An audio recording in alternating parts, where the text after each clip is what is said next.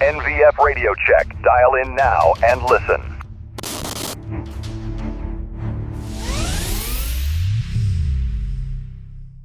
All right, welcome to NVF Radio Check. Today, we aren't just talking to a football player. We are talking to a man who took shrapnel in both legs in Vietnam, who was told he'd never walk properly again, and responded by running his way to 4 Super Bowl titles. He is a Purple Heart recipient, a Pittsburgh Steelers legend, and a longtime board member of the National Veterans Foundation. We have Rocky Bleier on the mic. Hello, Rocky. How are you doing, Michael? How are you? I am doing fantastic. It's an actual honor to have you on today. Well, it's kind of you. Thank you very much. It's my pleasure. It was, I got to be honest, I'm beside myself, so please excuse me for fangirling here a little bit, you know. Please,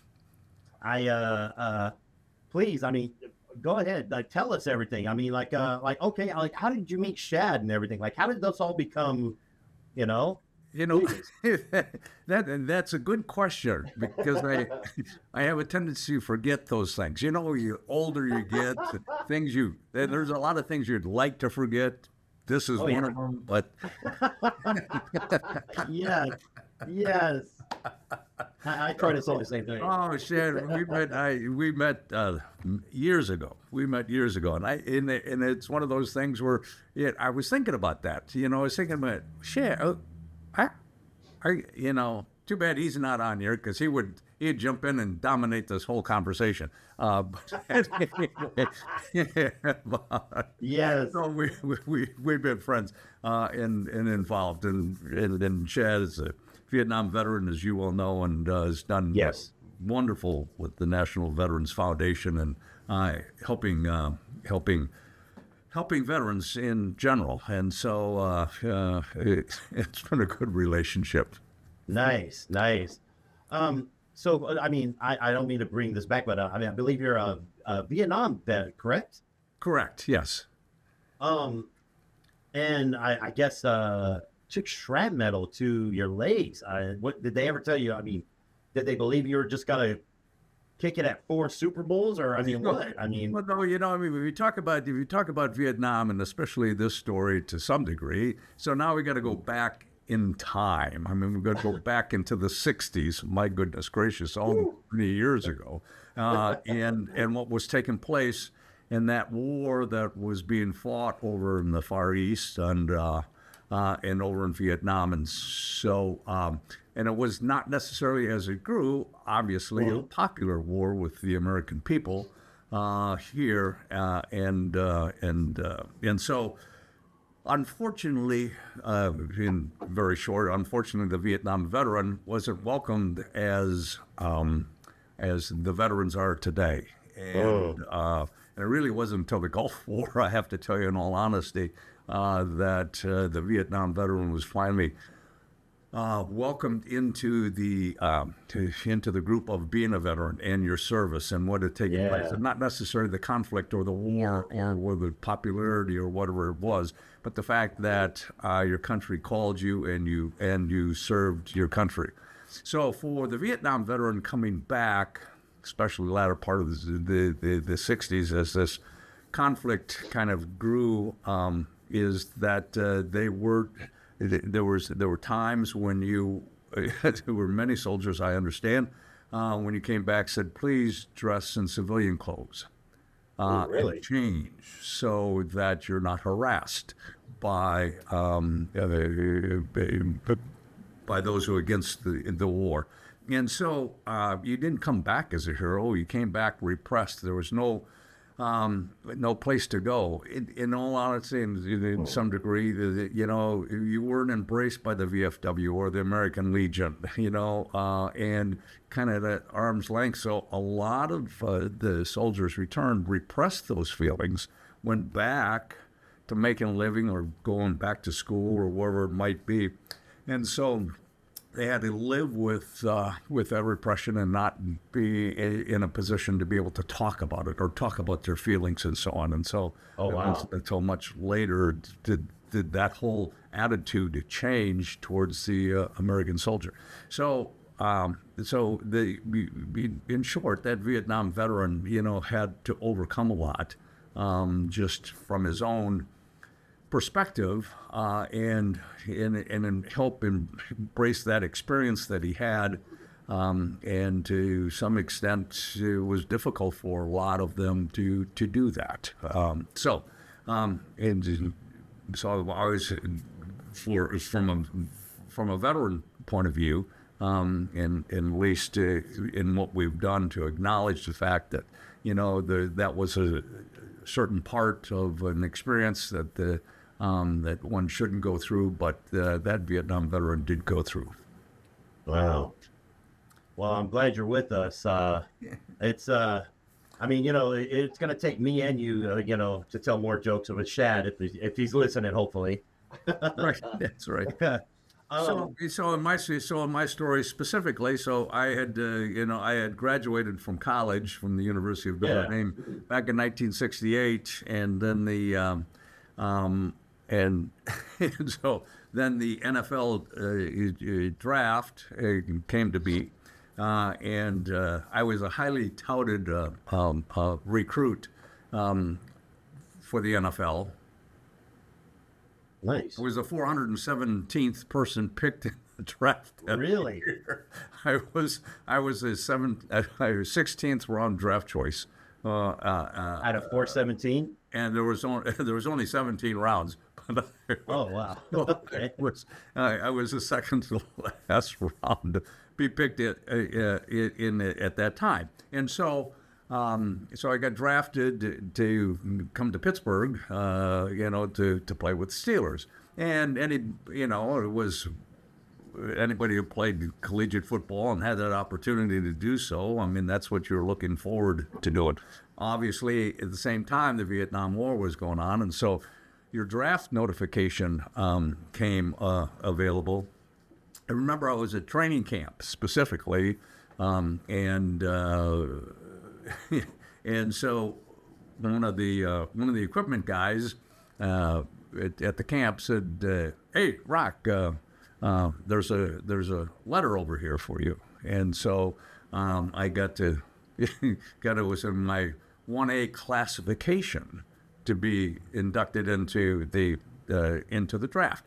So you get from a student deferment to a 1A classification in the enrollment, and so then I took it to the Steelers, and they said, "Well, don't worry, we think you're good enough to make this team. We will take care of this for you." Now, taking care of that meant getting to the reserve or the National Guard, to fulfill your responsibility, but you weren't going to be eligible for the draft to go, so you make that decision.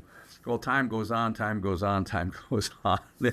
and so I hadn't gotten that position, and they said, we're having some problems, like the general retired congressman got defeated. All their contacts were not alive. I'm sorry. Okay, fine. And so so we were getting ready for a game, and it was at practice at the stadium here, and one of the equipment men hollered later on. This was like in December. "Hey, Rock, there's a letter over here for you." Well, now you have to understand. All the fan mail that would come in for the team would be on a tons, I'm sure. No, there wasn't. Not when you're playing for the Steelers in a losing season. We go, we got a piece of fan mail. So I went over there to pick it up and opened it up and slipped out the paper inside, and it said this: "Greetings. We'd like to inform you that you've been inducted into the armed services of your country. To report the next morning at 7 a.m. to be inducted." Oh, my goodness. They're supposed to give you at least a week, to do this. So my world was turned up very quickly, and within 24 hours, I was gone. I went to basic training.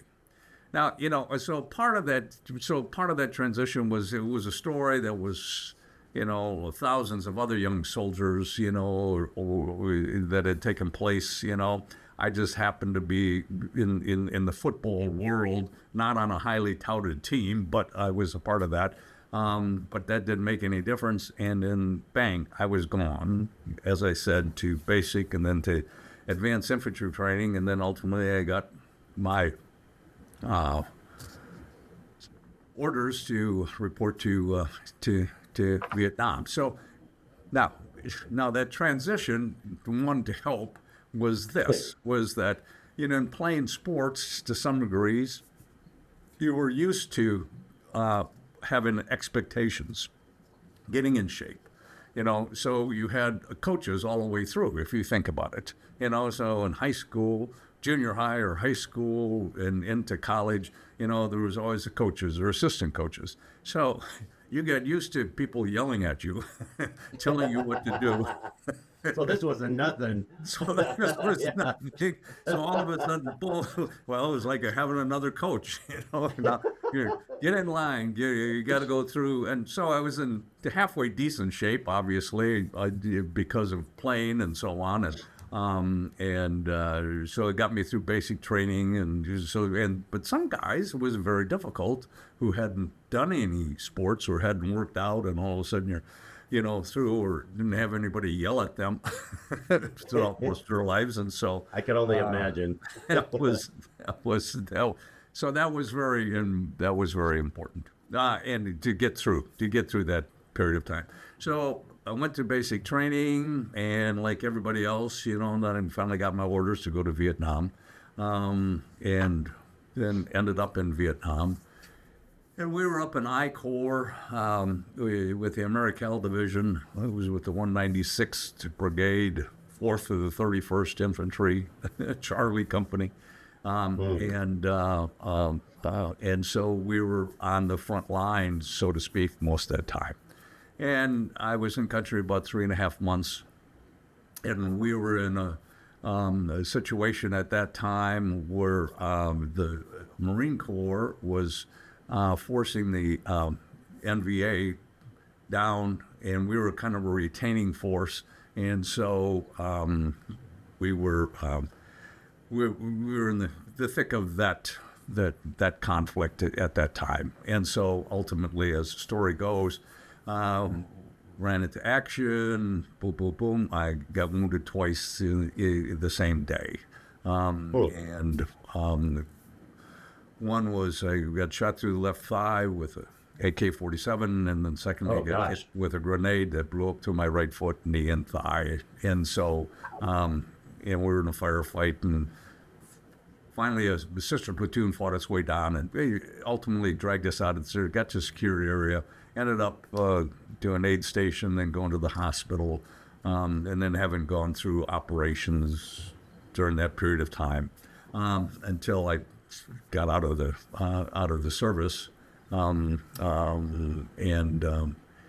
so as I got out of the service, now in the back of my mind, it was always okay. I wanted to go back and play. I think this becomes a very important thing as far as direction of what you want to do and where you want to go, or now, and at least getting an opportunity to do so.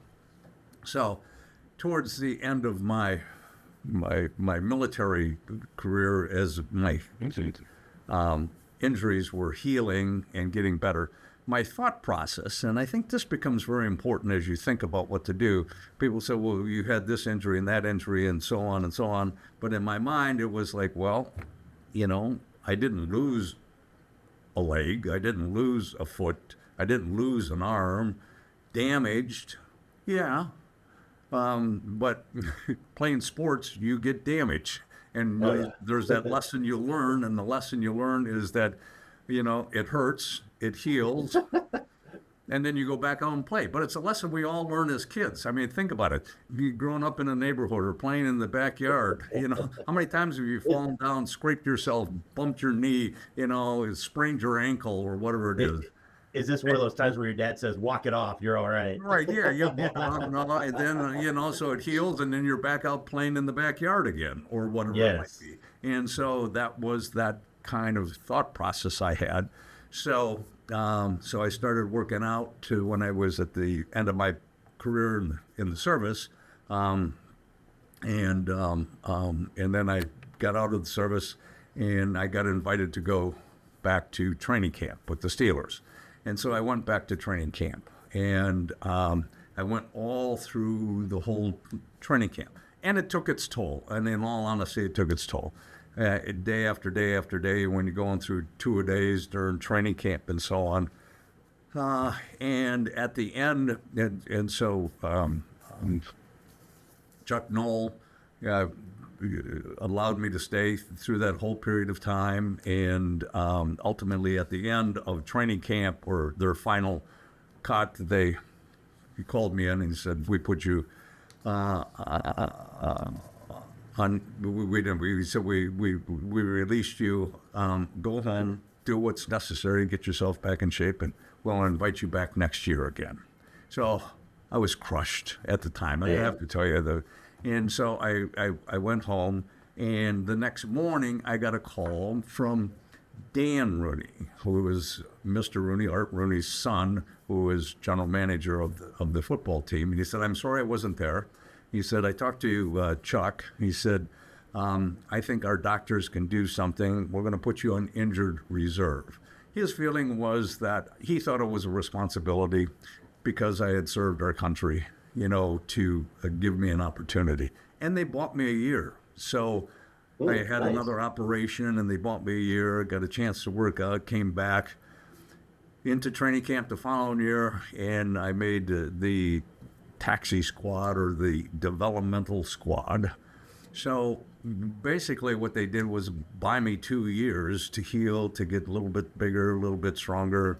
So I came back in 1972 at that time, and just a little side, leading ground gainer during the exhibition season. Thank you very much. Now, you have to put it into perspective, just as that's different, is that today they only play 3 exhibition games. At that time, they played 6 exhibition games. So, Really? Yes. And so we had 6 exhibition games anyway. And I was the leading ground gainer, and so they kept me. Now, I never carried the ball the remaining part of that season at all. Played special teams, but that was okay, better than the year before. Came back the following year, a little bit bigger, a little bit stronger, 1973. By 1973, I was the leading ground gainer again. But during that period of time, I also I also weighed 218 pounds. I bench pressed 465 pounds. I squatted 600 pounds. And all those things, it may sound, but they also made an impression. It was like I worked hard to get to that position. In all actuality, I also knew my weaknesses. And so as you're going through this, I was a good high school player and a good college player or so on. Hey, I wasn't going to be a superstar or so on, but you have to think of reasons why people should keep you or release you. One of them was running the 40-yard dash. Okay, getting timed in the 40 yards. You look at it today, what's your 40-yard time? What's your 40-yard time? But, 40-yard times were like, it would go like 4.5, 4.4, this guy's got very good speed. That does not determine how good of an athlete you are or how good of a running back you are, just determines how fast you are. And speed. Well, I got to be honest. My 40 yards is about 4 and 5, meaning 4 days and 5 hours. Right, that's what I'm going for 40 yards right now. So in that off season, to understand that. So in the off season, when I had come back, and not that it made a big difference, when I came back from to the Steelers, I ran like a 4.8 40s. 4.9, which is not. I mean, you got defensive linemen that run that, So it's like, okay, fine. So I knew I needed to work on my 40 time, and so I went and got a track coach, and helped him or asked him to help me run my 40, and it was all about it was just about starts and about running and so on that you don't do as a football player. So I increased my 40 times. So I came back to training camp, bigger, stronger than I've ever been, and I ran a 4.5 40 at that time. And one of the lessons I learned from a teammate of mine, his name was Franco Harris, and the Frenchman said, listen, he said, you only run the 40 once. He said, he had a little list. He said, you only run the 40 once. He said, and then the rest of the time, he said, then you don't run. Then you don't run it. And so he would run. He would, then he'd, I would love for him to tell a story, actually. I had this, and then all of a sudden he would take off, and he ran it, and he never ran it, but he had a good time, like at 4.4. Okay, fine. But so I learned that lesson from. I only ran it once, and I never ran it there. But I increased my speed over that period of time, and so then got a chance to play in in 73, and. By 1974, I come back, and so we got an injury. So Franco Harris, my starting running back, gets hurt. I become the starting fullback, and then all of a sudden and then he gets healthy, and I'm sitting on the bench, and then the starting running back gets hurt, the halfback, and so I go in for him, and then we start winning, and we win the remaining part of that season, and we go to the Super Bowl, and that was my first full year in 1974, and then we played 6 more years together thereafter and won those teams. So the whole idea, I suppose, no matter what we may do, and especially we're talking about, our veterans and those who've been injured coming back, is to give them a sense of hope of what they can do, within the guidelines of what they want to get accomplished, that somebody's there to be able to support them, as I had been supported, by the Rooney family, and then ultimately being a part of that team. And ultimately, if you think about it, no matter whether you're in the military or whether you're playing sports or you're working in business, it's all about the team. It's all about the people that surround you, Exactly. And yes. To get to where you are, and you have a certain talent in what you do, but you're not an engineer. You're not, you got to get everybody else to be able to help support you. And so it's the same thing in sports, and I think that's a big lesson that you learned even in the military, is that you're with a team that's there to support you no matter what you may do. They have your back, and they're a part of taking care of you as you take care of them. Amen to that. Yes, I agree. I was actually in the Navy myself, and but I was back in 92 to 97, so I didn't do very much like everyone else did, Tobias. I did some, but wow. Question. Speaking of that, I saw I believe it was a commercial of you. It showed you on the sidelines, and then you took off running like 100 yards. Do you remember that one by chance? Was it a commercial? Yeah, it was like a commercial. It showed you on the sidelines. You were just standing there doing it, and all of a sudden you just did something and took off like for 100 yards.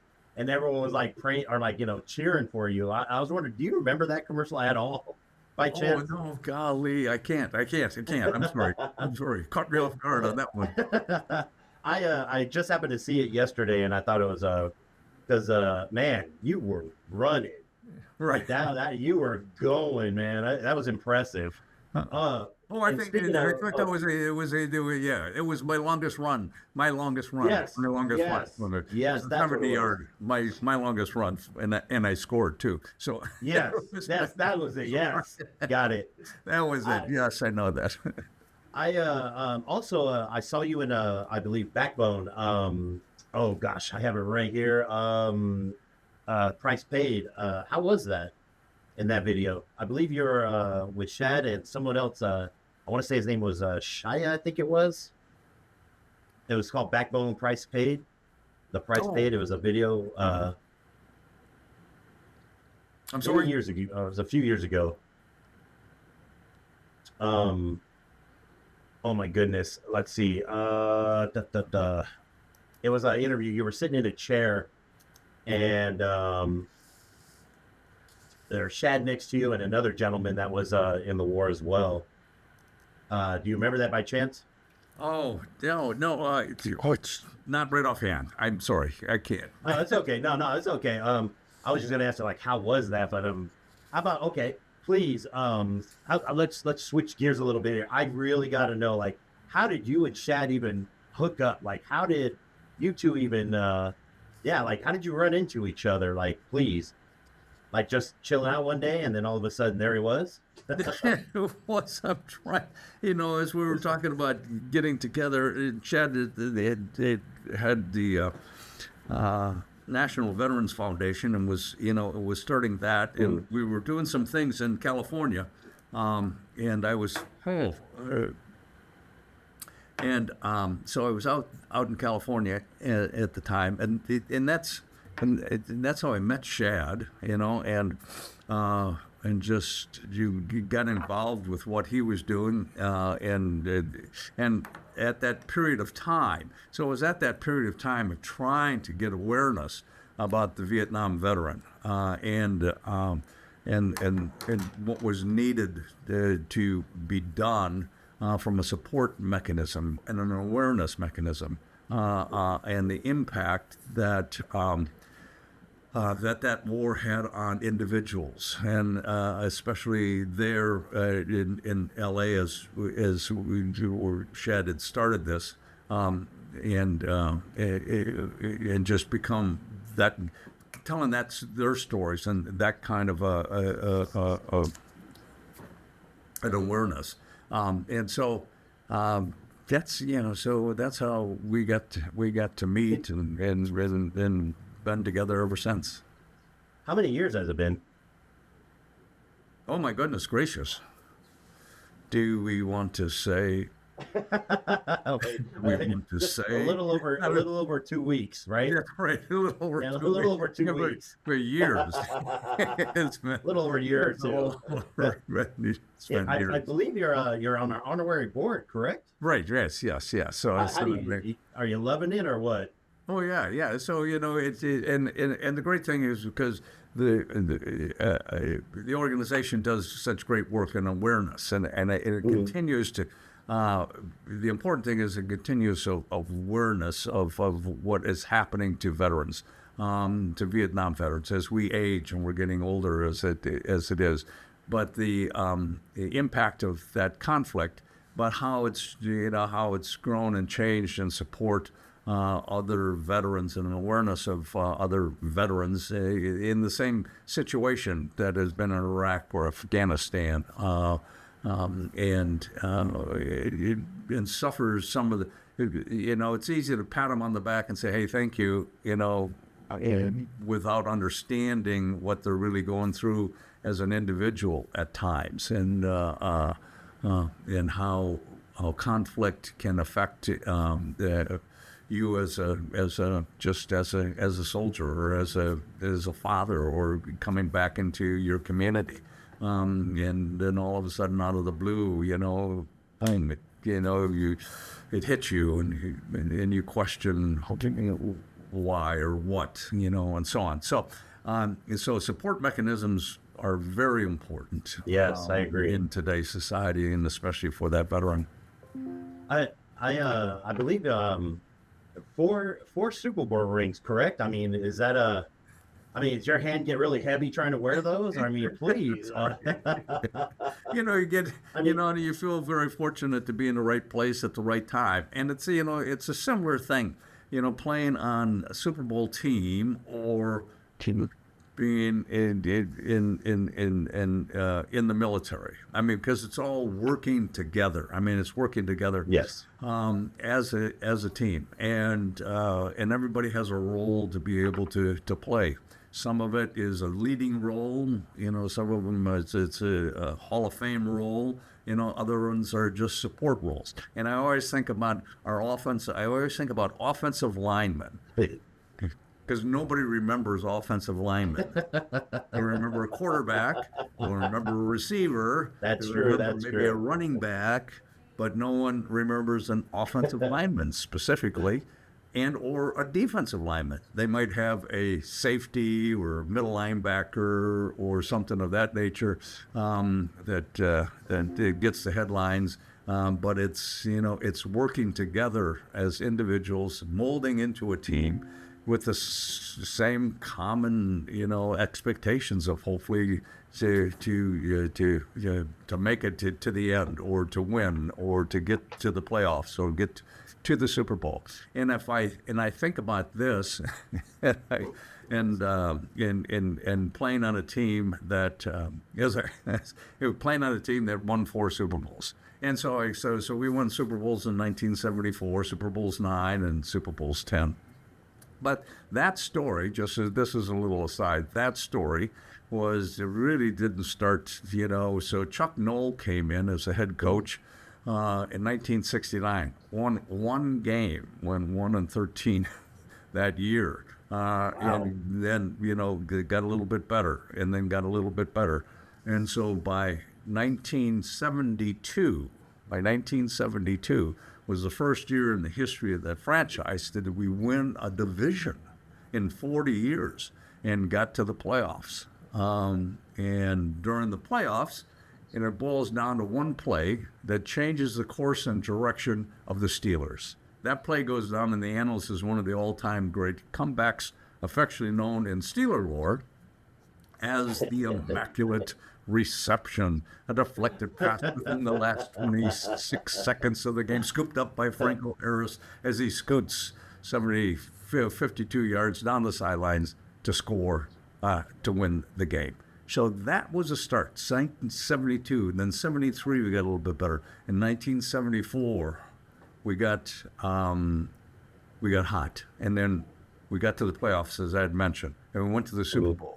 Came back in 75 and went to the Super Bowl. Now, after the 75 season in that Super Bowl, Pete Rozelle, the commissioner of the NFL, called Mr. Rooney and said, "Listen," he said, "I'm getting a lot of pushback and a lot of feedback from other owners about domination by the Steelers, but favoritism by the Steelers." He said, "Would you guys mind taking a couple years off?" And so we did. We took a couple years off in between, and so then we said, "Screw it! Now we're coming back in." So 78, we went to the Super Bowl. In 79, we went to the Super Bowl. But if you look at that, it was the fact of a continuity of a team in leadership, and working together and understanding, one another.